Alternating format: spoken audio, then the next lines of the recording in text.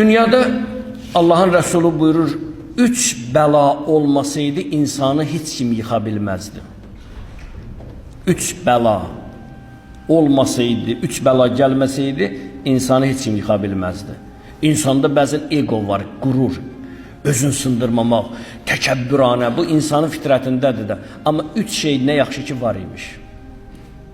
Nə yaxşı ki 3 şey olanda insan çox şeyləri anlaya bilir, insan insanlığı dərk edə bilir. Birincisi, Allah'ın Resulü buyurur ki, 3 bəlalardan birincisi xəstəlikdir. Görərsən insan boyu, qaməti, qüdrəti, əzəməti yol yeriyəndə ayağının altında yol titriyir, yer titriyir. Amma bir dənə balaca virus gələndə onu sındırır. Bir xəstəlik insanı sındırır, əyir. Deməli insan ma qarrəkə bi rabbikəl kərim, səni təkəbbürlü eləyənə, təkəbbürü halına salan nədir? Sən nə ilə fəxr edirsən? Nə ilə? Gücünlə bir dənə mikroba sən dözə bilmirsən. Xəstəlik olmasaydı insanı heç kim əyə bilməzdi. İkincisi fəqir, kasıbçılıq.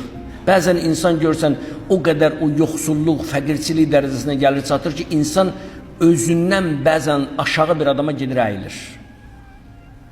Fəqirçilik insanı sındırır və ən nəhayət insanı aciz eləyən, insanı sındıran ölümdür. Ölüm. Harda olursuzsa olun, Quran buyurur, ölüm sizi dərk eləyəcək. Yüksək planetlərdə də olsanız belə. Ona görə insan heç zaman qürurlu olmamalıdır. İnsan danışığında həlim olmalıdır, yumşaq olmalıdır.